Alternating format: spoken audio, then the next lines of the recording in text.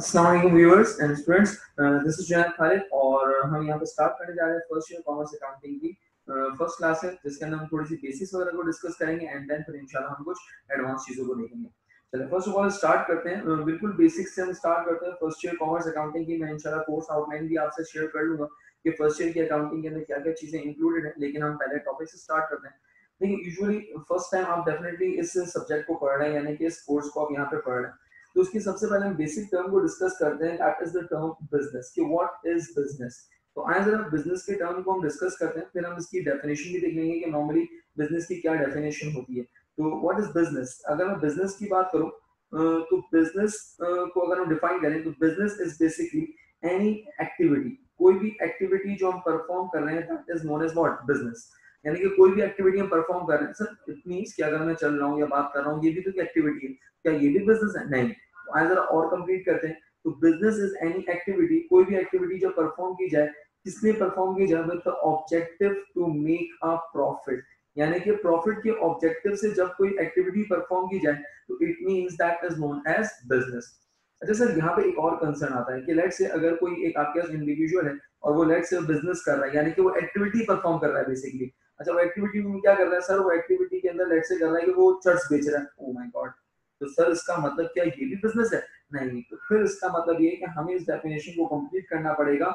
And business is what any legal activity, कि अगर आप कोई लीगल एक्टिविटी परफॉर्म कर रहे हैं तो it means that is known as what business. हाँ, लेकिन किस आइडिया से, किस ऑब्जेक्टिव से? That is the main objective, that is to make a profit. उसका मतलब कि आप क्या कर रहे हैं? बिजनेस कर रहे हैं।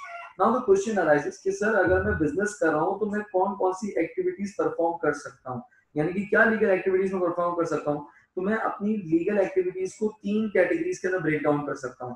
That is number one, the production of goods, यानी कि अगर मैं ये कह रहा हूं कि मैं बिजनेस कर रहा हूं तो उसका मतलब पहला ऑप्शन क्या है कि मैं कर रहा हूँ production of goods. Number two, दूसरा मेरे पास यहाँ पे आ सकता है, that is the exchange of goods. और third option I do have, that is the exchange of services. Exchange of services, यानी कि मेरे पास यहाँ पे बिजनेस करने के लिए तीन लीगल एक्टिविटीज हैं। अभी जो तीन एक्टिविटीज मैंने आपके सामने लिखी हैं, ये तीन वो एक्टिविटीज हैं, यानी कि आप यूं समझ लें कि पूरे वर्ल्ड के अंदर जितनी भी आपके पास, यानी कि जितनी भी कंट्रीज हैं, जितने भी बिजनेसेस इस वक्त हो रहे हैं, उन तमाम बिजनेसेस को आप इन तीन कैटेगरीज के अंदर फॉल कर सकते हैं। या तो वो कर रहा होगा एक्सचेंज ऑफ गुड्स, या फिर वो कर रहा होगा एक्सचेंज ऑफ सर्विसेज, या फिर आपके पास कर रहा होगा प्रोडक्शन ऑफ गुड्स। यानी कि इन तीनों में से कोई एक एक्टिविटी परफॉर्म कर रहा होगा।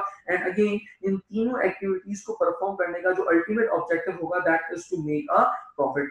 लेकिन सर एक बात समझ में नहीं है क्या, कि आपने यहाँ पे एक्सचेंज ऑफ गुड्स, ऐसे ही exchange of goods and exchange of services.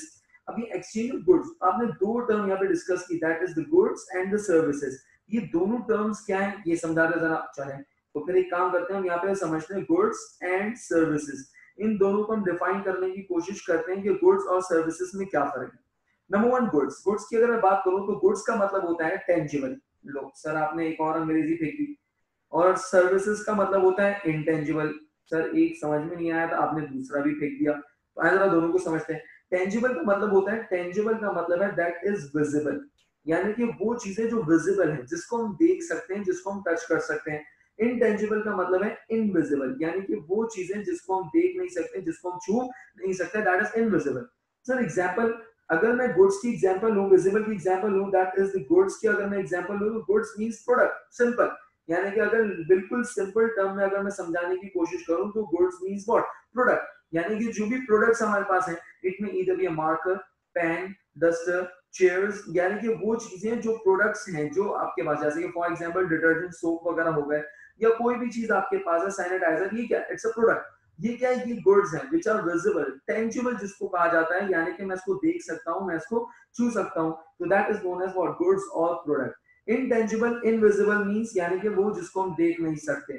Sir इसकी कोई एग्जांपल, यानी कि मैंने टेंजिबल की एग्जांपल आपको दी, दैट इज द गुड्स और द प्रोडक्ट। इनविजिबल की अगर मैं एग्जांपल दूं तो इनविजिबल की बहुत सारी एग्जांपल्स हैं। लेट्स से अगर मैं आपसे कहता हूं टीचिंग, ये क्या है? ये आपके पास यहाँ पर इनविजिबल है, यानी कि सर्विस की डेफिनेशन में आएगा। इसी तरीके से एक और एग्जांपल मैं आपको दूं, लेट्स से कि मैं आपको एग्जांपल देता हूं लायर्स। सर लायर्स कौन होते हैं? Lawyers means lawyers. बात है, ये सिनोनिम्स है, दोनों झूठे हैं आपके पास।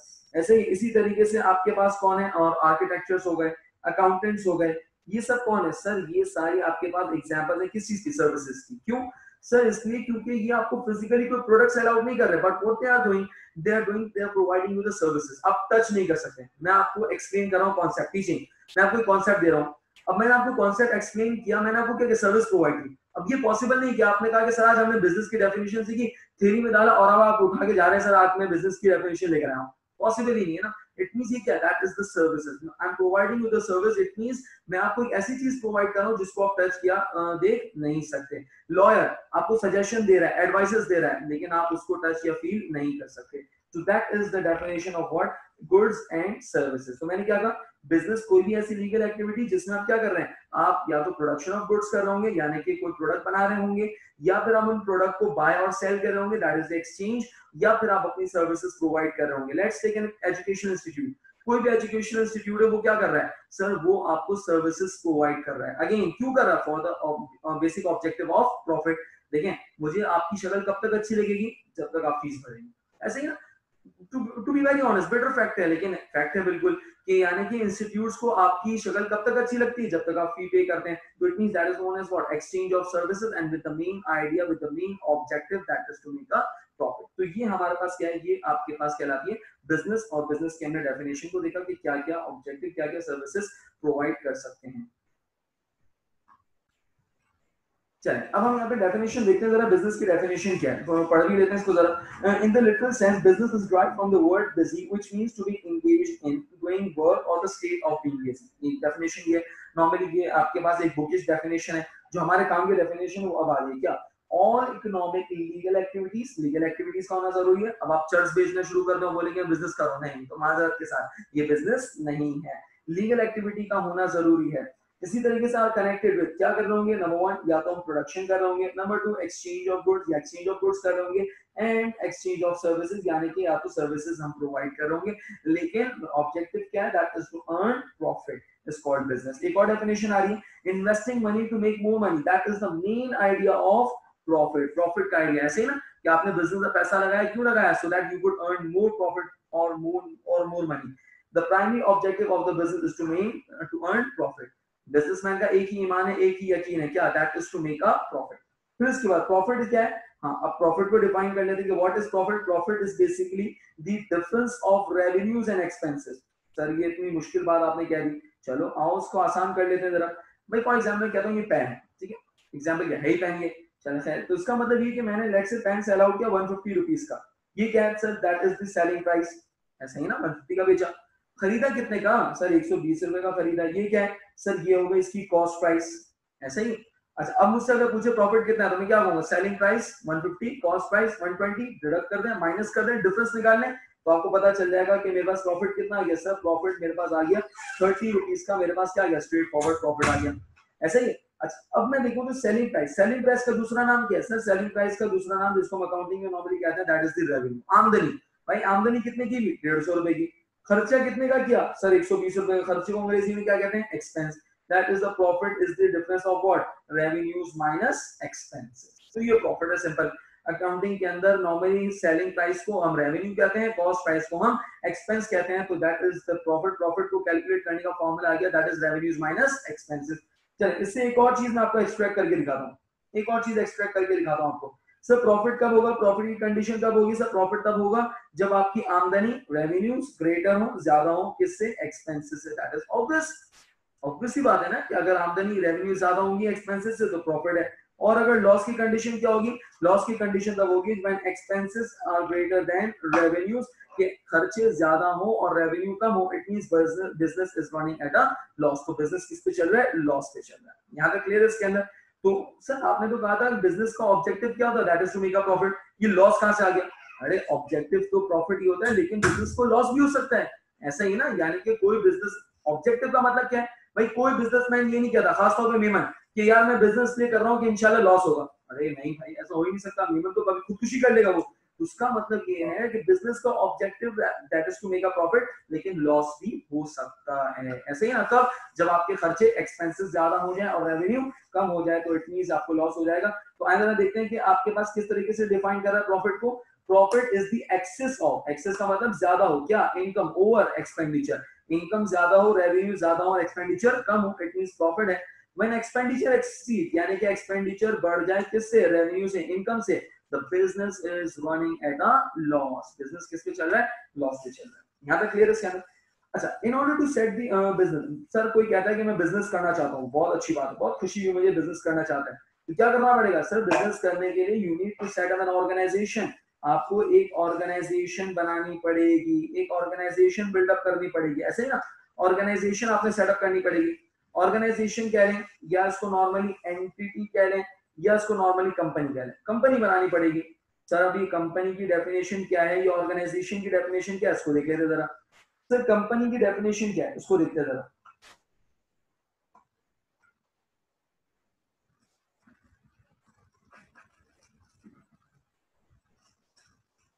कंपनी ऑर्गेनाइजेशन की डेफिनेशन क्या है, तो ऑर्गेनाइजेशन बेसिकली किसको कहते हैं, organisation is basically a place, एक जगह है। इसको और सिंपल कर देता हूं, प्लेस मींस अ प्लेटफॉर्म, क्योंकि अब नॉर्मली हमारे पास जो ऑनलाइन बिजनेसेस हैं तो उनको कोई जगह की जरूरत नहीं होती, इंटरनेट का एक्सेस है, you can do a business, आप बिजनेस कर सकते हैं, ऐसा ही है।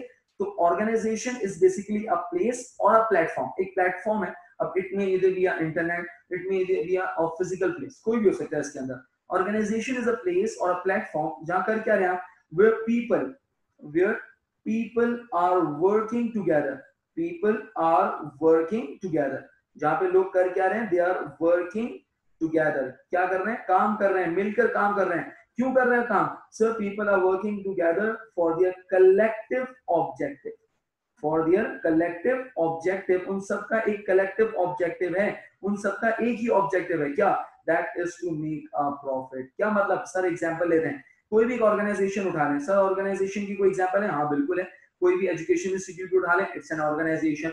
कोई भी कंपनी, यूनिलीवर है, शेल है, पीएसओ है, ये डिफरेंट ऑर्गेनाइजेशंस है, डिफरेंट कंपनीज हैं। क्या हो रहा है वहां पे, सर वहां पे एक प्लेस है where people are working together, बहुत सारे लोग मिलकर क्या कर रहे हैं, काम कर रहे हैं।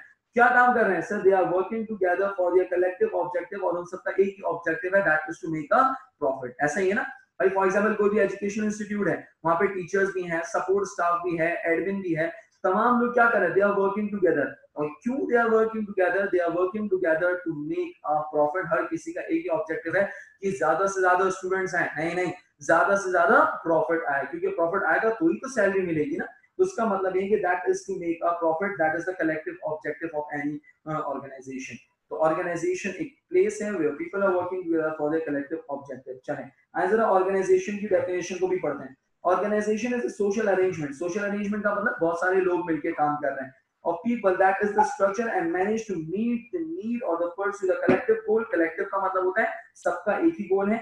organization is a place where people are working together for to achieve the objective, that is the goal for themselves or for others। the basic goal of the organization is to make a profit, कि profit को earn करना ये है organization का एक basic goal है। अच्छा, अब ऑर्गेनाइजेशन बनानी है, ठीक है, लेकिन लिंकिंग समझिएगा, अकाउंटिंग हम बाद में डिस्कस करेंगे क्या है, लेकिन पहले हमने देखा बिजनेस, बिजनेस करने के लिए यू नीड एन ऑर्गेनाइजेशन, ठीक है, ऑर्गेनाइजेशन को समझ लिया। अब ऑर्गेनाइजेशन को बनाने के लिए, यानी कि ऑर्गेनाइजेशन के अंदर वी हैव 3 कैटेगरीज, यानी कि अगर आप ऑर्गेनाइजेशन बनाना चाहते हैं तो उसका मतलब ये कि आपके पास 3 ऑप्शंस यहाँ पर अवेलेबल हैं। वो 3 ऑप्शंस क्या हैं, number 1, either to make a sole trader organisation, sole trader organisation बना रहे हैं, या फिर दूसरा ऑप्शन क्या है, that is to make a partnership organisation या पार्टनरशिप बिजनेस, या तीसरा ऑप्शन क्या है, that is to make a joint stock company, क्या जॉइंट स्टॉक कंपनी स्टैब्लिश कर लें। ये 3 ऑर्गेनाइजेशन को इंशाल्लाह हम डिटेल में डिस्कस करेंगे कि what is soul trader, partnership और दी जॉइंट स्टॉक कंपनी। यहीं तक रखते हैं, इंशाल्लाह नेक्स्ट लेक्चर के अंदर हम इसको आगे लेके चलेंगे।